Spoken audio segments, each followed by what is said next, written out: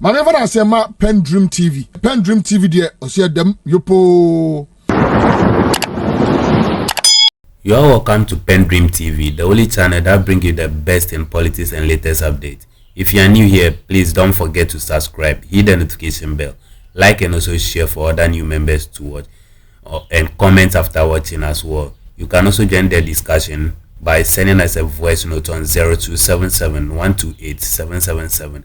And our team will be glad to meet you on one-on-one discussion on our FM station. Thank you. Today, Professor Sharif has also come out challenging the NPP and the NPP to prove to us the number of schools they have built or facilities they have built in addition via the GET fund to the free SSS system compared to NDC's 4 years in government. Without much ado, join me listening to what he said into detail. Thank you. It's time for us to get into the news review segment. Now, in the news review segment this morning, we're going to be having some interesting conversations. We're talking about the SHS policy, free SHS policy. Intervention needs improvement, not review. And of course, we know that the education minister was on CBS yesterday. That's City Breakfast Show on 97.3, and there was a long conversation there, and he made a lot of very interesting points. So we're going to be looking at that. We'll be talking about NPP parliamentary primaries. 11 aspiring candidates disqualified from the process. And we also, we'll touch briefly on the NPP MPs who are bowing out of parliament as well. And then, see where we go with that. And then we'll talk about the convention, that event that was supposed to have happened at the Black Star Square, which unfortunately was cancelled at short notice. The minority describes the government's prevention of the event at the Black Star Square as disgraceful. Well, we're going to hear what our guests have to make of this. All right, so I've been joined in the studio by my first guest, Ebenezer Gilbert Ninate. He's the former MP for Ablekuma Central. Honorable, you're welcome. Thank you, my brother. How are you doing? By God's grace. Happy New Year to you. Many happy returns. All right. Right, so I think we can get right into the conversations. Let's begin with the story from citynewsroom.com. The free SHS policy does not need review, but improvements. It seems a little bit like semantics, but let's read what the story actually says. Education Minister Dr. Yao Osei Educhum firmly rejected calls for the review of the free SHS policy during an interview on the City Breakfast Show on Tuesday, January 9th, 2024. While acknowledging that the policy has faced criticism, Dr. Educhum emphasized that it requires improvements in specific areas rather than a complete review. Former President John Dramani Mahama on his national tour reiterated his commitment to reviewing the policy if elected president in 2024. Now, he proposed convening stakeholders in the education sector within the first 100 days of his government to scrutinize both the free SHS policy and the broader education sector. Now, addressing questions regarding the potential review of free SHS, the Education Minister, Educhum, stated that the policy in its current form does not necessitate a review, but rather targeted improvements. Now, he highlighted the need to focus on training teachers to ensure that they are well prepared for effective teaching, ultimately leading to better learning outcomes. Now, I quote, "Anything that you do, there will be areas that need improvements. On improvements, we can look to train teachers and make sure that teachers are well prepared to teach for better learning outcomes." When questioned about the possibility of parents paying for boarding while day education remains free, Dr. Educhum firmly responded in the negative, stating, "No, we just have to improve the learning outcomes and ensure that the investment is worth their while of Ghanaians so that they know where their taxpayers, so they know that their taxpayers are being, their taxes rather, are being used to their benefit, and we're bridging the gap between the rich and the poor. And so this is what Dr. Educhum said yesterday on the City Breakfast Show, on the conversation with Bernard Avle and the team. All right, so let me just quickly turn to Honorable Nate. What do you make of this? Now, he says he does not need a review, but it needs improvements. Is improvements not some form of a review? Anyway. Good morning. Let me say good morning to our cherished viewers, and good morning to you and my brother as well. And let me say good morning to the entire City TV, and take this opportunity to wish you a happy new year. Thank you. Since the year started, this is the first station that I've been. Okay. And also good morning to my constituents as well. And let me take this opportunity to say good morning to the leader of our party, the Vice President, Dr. Alhaji Mahmoud Bawumia. This year I've not been able to see him, but I promise him by the end of the week I'll try to see him. Let me just mention briefly before you continue that Prof. Sharif Khalid has joined us in the studio. He's the NDC National Communication Team member. Prof, how are you doing? I'm well. How are the holidays? I've Shapa. I've gone back to you. Yeah. How are the holidays? Well, Okay. election year, Yeah. moving in, Yeah. you know, you get to do a lot of stuff, reconciliations, Right. and stuff like that. It's So, good to have you. It's yeah, good to thank have you. here. Thank All you. right. So, Right. yes, So I think that the Free Senior High School has been a major problem for the NDC since the president in 2016 started talking about free education. That when Ghanaians give him the mandate to lead this good people of ours, this is one of the policies that he's going to bring on board. That's every Ghanaian who in one way or the other have attained an age that he or she is supposed to attend free senior to attend senior high school. Is going to make sure that this policy is going to come out with a policy that is going to be a free education for students. Since then, from 2016 till date, the NDC, led by John Mahama and other NDC members, have issues with a free education. May he so rest in peace. Leo Kran came to say that no, at that time, he was the Minister for Education. He said, no, we cannot implement free education unless 20 years' time. Every NDC communicator, every NDC member have speak against free education. Sometimes I ask myself, what is the problem? Do they don't understand education, or do they have no interest in education that they always speak against it? John Mahama has been constantly speaking against free education, has been always been talking about reviewing, but has never come out to say that I'm going to review it in this kind of way. He has never. Anytime he get opportunity, when I get opportunity again to become a president, I'll review FHSH. But he has never given us one reason or what he's going to do as a matter of the reviewing.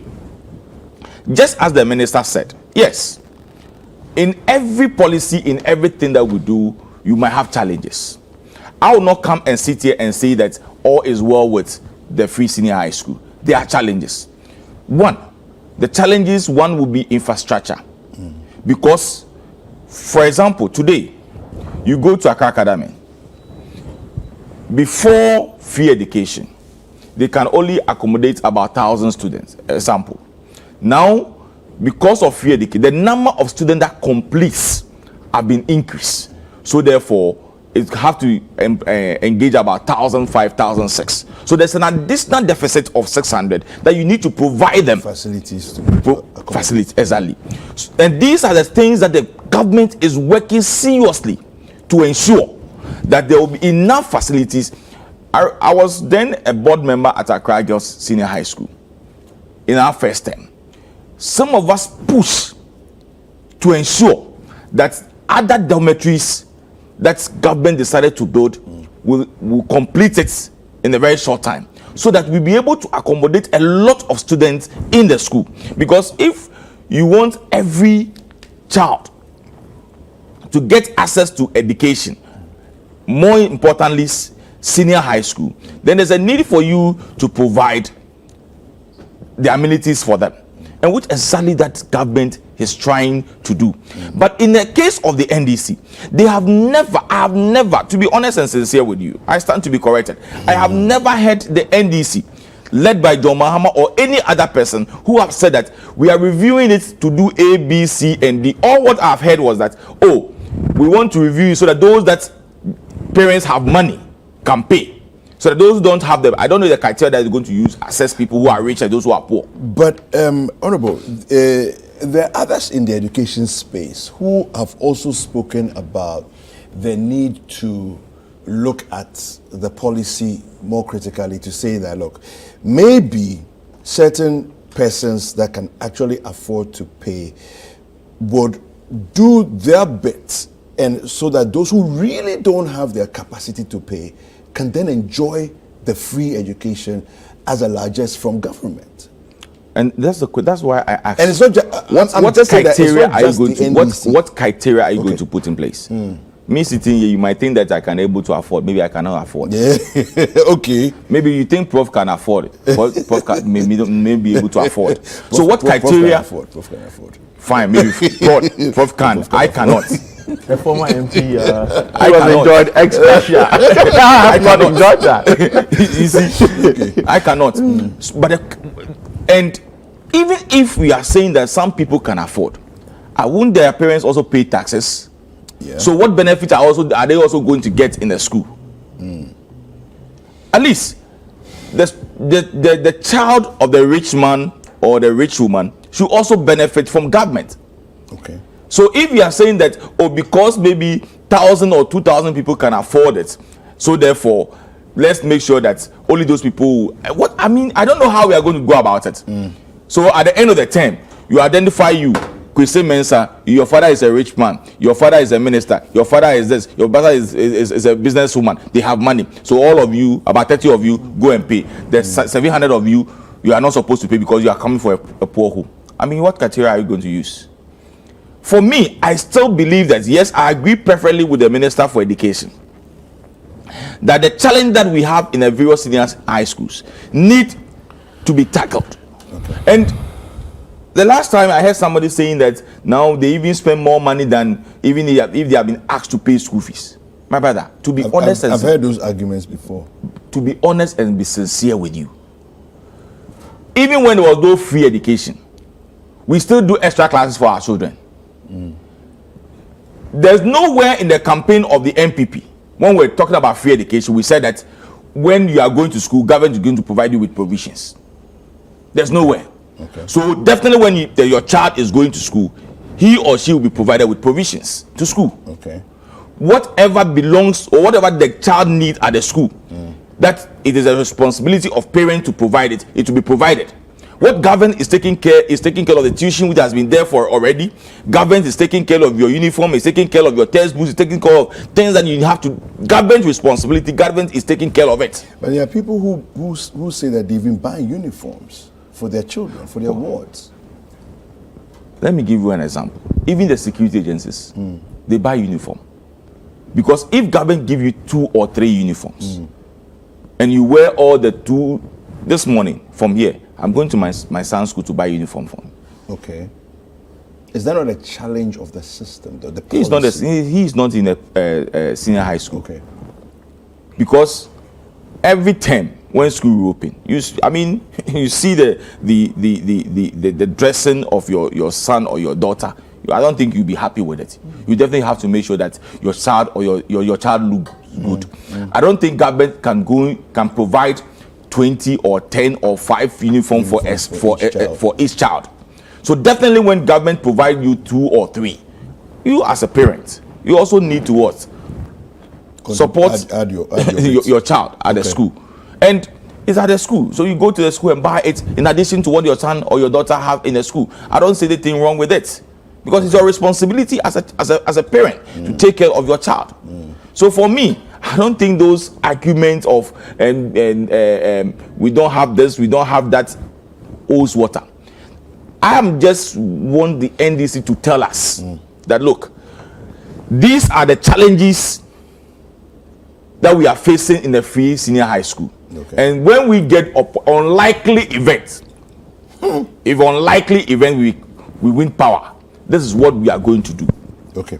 Well, he's here. He will tell us what in the according to your words, in the unlikely events. Yeah. Well, Prof. Yeah. So I know you prepared your submission already. I'm just going to ask you. So I do know that F Cube was instituted initially, I think it was 96, by the NDC government.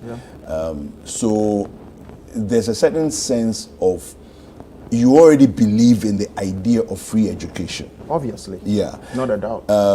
But what's your challenge with free SHS? I mean, this is a very interesting question because there are obvious answers to that. The challenges are before all of us. As we could see, a struggling policy. No one in the NDC is against free SHS.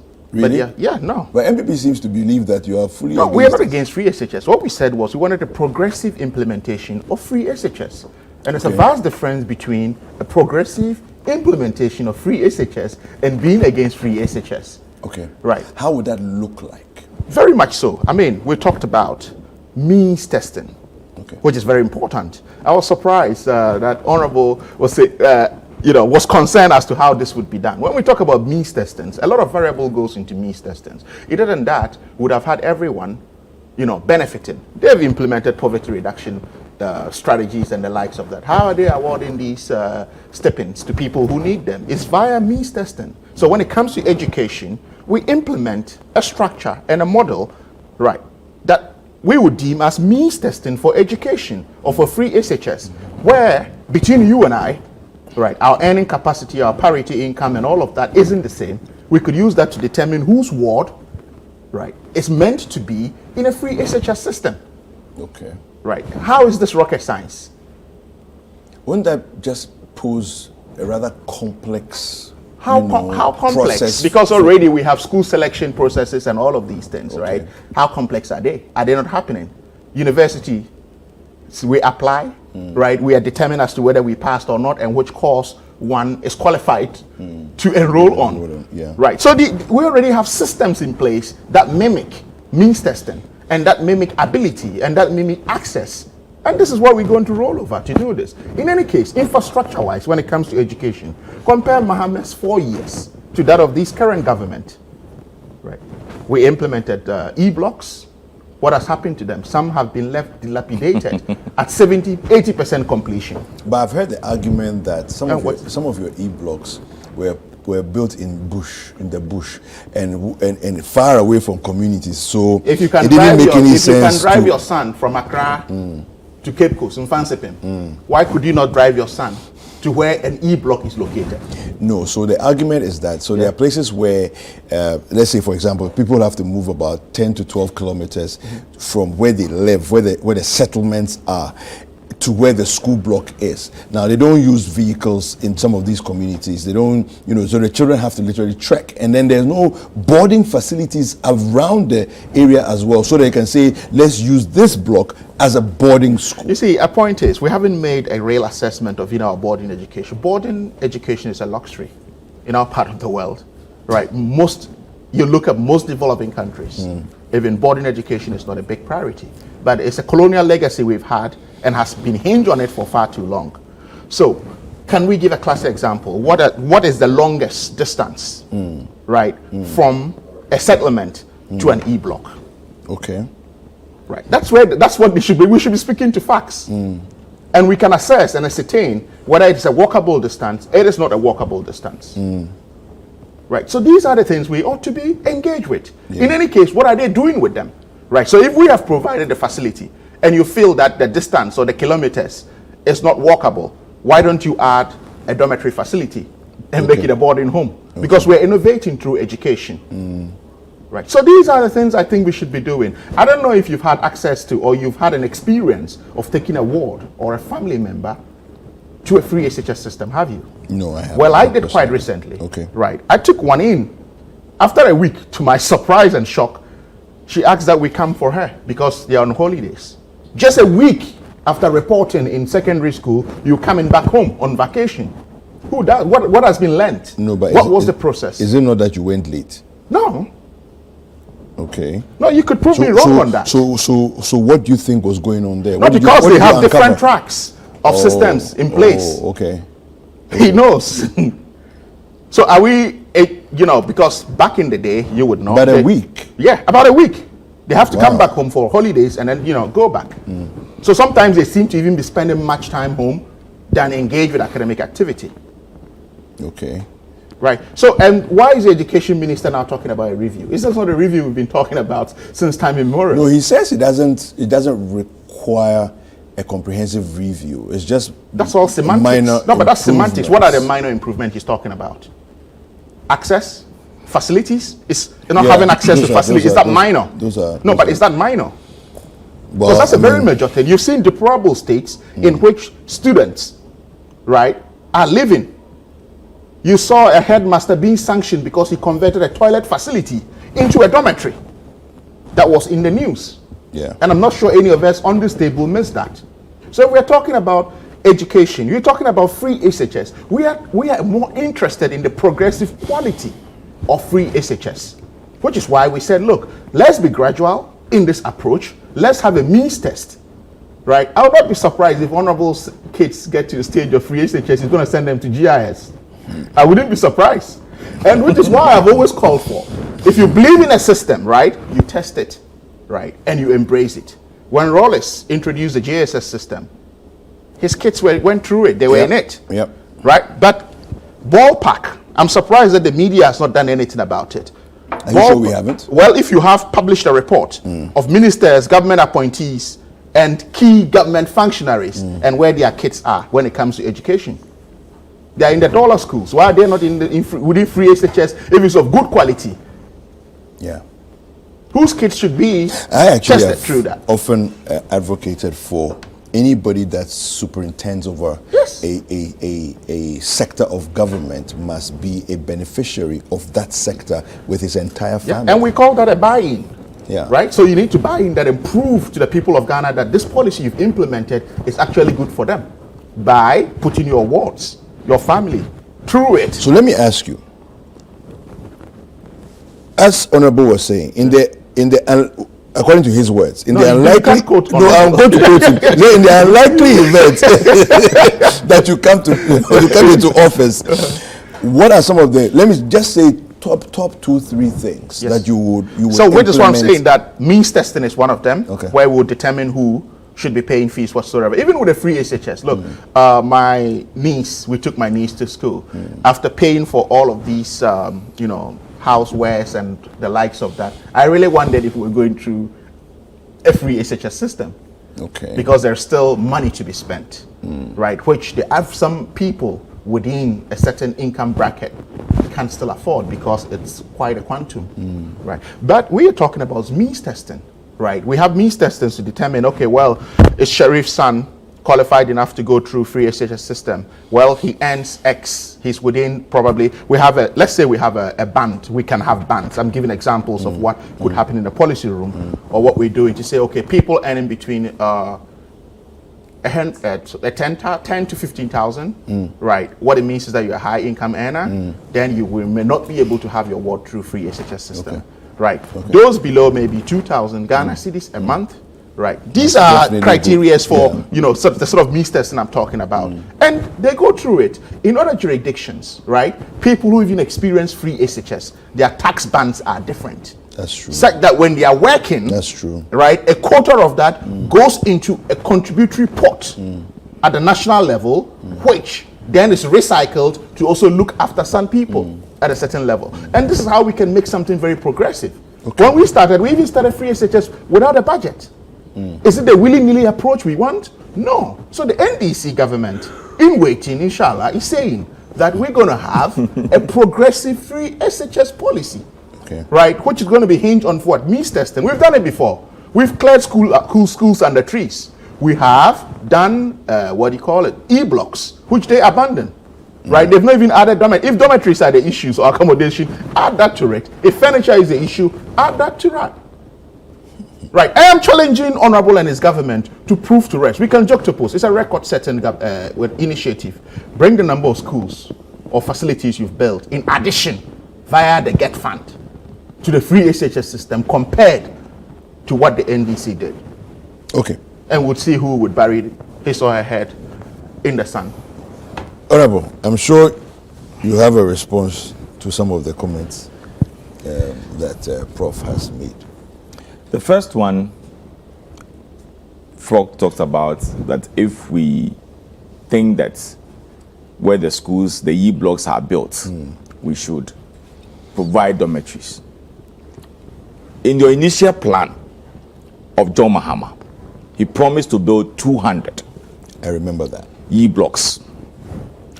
I went to a funeral in the late Atamel's hometown. In fact, from the main road, is it Ekumfi, where the E-block was built, from the main road, even driving with my V8, is almost about 4 hours to where the E-block was built. Oh, really? I'm telling you, 4 good hours. Okay. A typical forest. That's where they decided to build the E-block. So you can imagine a child walking from the main street to where the school is located. By the time he gets to the school the next day, you get to the school the next day. So the assessment is that if you say we should build a dormitory to make sure that the school becomes a boarding school, but the initial plan, it is not for a boarding school, but a day school. Because you say you are building a community day school. There's no adjacent land for that. When you are building a boarding school, it's a different facility, and you should bear in mind that you need also to provide accommodation for staff, accommodation for head teachers. Yeah. There's a lot of things that you need. So you can see that it is on plan. They just want to do something, and that is all. Yes, then Prof is also talking about assessment of people who earned 15,000 or 10,000 and above. Let me assume even 5,000. Go to the Ministry of Finance or maybe Controller. Let them give you a data of government workers, and how much they are being paid at the end of the month, including every allowances that they have been added to it. Come to the private sector, and we can even start from CTTV this morning. Let's start from my own brother and friend Sames to the last person here. If we can get even 10 people here who take from 5,000 cedis to 15,000, even if we can get. I challenge CTTV. Let me start from CTTV. So well, start from you know we're not going to put our salaries out. So. And I'm saying that even if we can get only 10, that takes from 5,000 upwards. If we can get 10, assuming you have 30 or maybe 25 workers here, you even get 10. Are you sure? I'm telling you. I think we may get 10. No, you're undermining cities. I think we may get 10. You're undermining cities employees. I think we may get 10. Somebody is doing a good job. I'm making sure that this year. I think we may get 10. I'm asking Samens to increase your salary this year. No, you are saying that you get more than that. So how can he increase your salary for you? He's setting you up. No, you won't trap me. I'm saying that even if we have 25 workers at CTTV, how sure are you? Oh, you know. Are you privy to people's salaries? Media people, they are our friends. Oh, okay. And we talk because, I mean, you sort them out. Not necessarily sorting them out. We don't sort them out. I'm just telling you what they go through. Yeah. I'll not be. You'll be surprised. There are some people that even for 7-8 months they are not being paid. Okay. Honorable.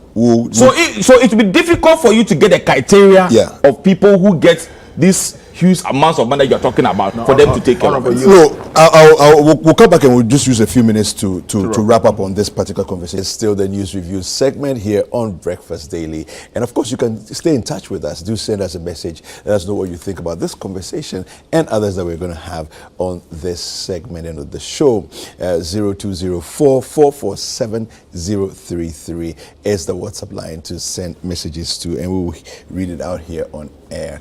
All right, so Honorable Nate was giving us his final bite on this conversation before we move on. Yes. Then the third one he's talked about is about the reporting calendar for the students. Yes. We were hit with COVID, and therefore the students were at home for almost about a year plus. For us to go back to the system, the old calendar that we all know, that school normally break their long vac somewhere July, then they go back in August. Then we have to make sure that since now we are no more in COVID, let us try to make sure that we adjust and come to our old system, where we'll be having the old calendar, and then we'll follow it. School was reopened on the 4th of December. They break on the 23rd of December for the Christmas holiday. They were reported on the 4th of January. So I'll be surprised that the niece went to school and within a week he came back. And just as you said, 4th to the 24th. The niece decided to report late at school. And he or she needs to be punished for that. Because you are supposed to report on the 4th of December. I see. And you are not supposed to report on the 16th or on the 20th of December and come back. Okay, all right. So if it's 4th to the Final 24th, comments on this it's one. good enough. Final comments on this one. I'm saying that they came for Christmas break. Yeah, but well, what significant academic exercise would have going through orientation processes and all of that? Let's be fair though. We're trying to reset the system and put things for how back long? to, so when do we have the end of COVID-19? Where are we today? We're 2024. Now so we are how long are we? So don't worry. Okay, well, but for me, again, fundamental question I'll ask is: quality is key in all of this, right? And at this stage of the educational ladder, literacy and numeracy skill is very important and vital, right?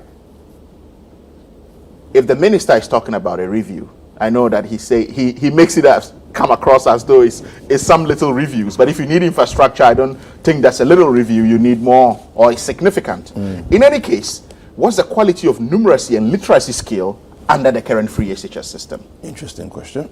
I would expect the minister to come out with data and statistics to speak to that, so we can juxtapose that to the old system to see whether we are making progress or not. But we just don't sit in a vacuum and speak about, because you see, I think this government has had the penchant of actually touting slogans. It's 1D, 1F, it's free SHS, right? And beneath all of this, we see nothing, right? And this cuts across every sector. What do we see? 1D, 1F, what has emanated out of it? The gestation period for any factory to bring in a return is 5 years. How many factories have they produced? What are they bringing in? But the Star factory is the one in the Confit that we talk about all the time. Well, but that was an existing one they went into. So there's a difference between refurbishing or supporting factories rather than producing new factories. But we've seen what the boards of 1D, 1F, they even dot around poultry farms and all of that in the name of, which has depleted the COFEX of the Agricultural Development Bank. Right? Because we're not allocating these things adequately. Why? Has EDB told you that they are broke? Well, ask them. You could look at the books of most of the... I'm challenging ADB to come out with their books if they think that is, and tell us what loan apportionment has, evaporated from that to 1D, 1F. All right. Thank you for watching. Really appreciate your time. And if you have not yet subscribed, please subscribe, hit the notification bell, like, and also share to other new members to watch. Thank you. PENDREAM TV now, so far so good. Say open online portal e Ghana. Nipa share, nipa follow, nipa comment here. To my best of knowledge, without any biases, PENDREAM TV.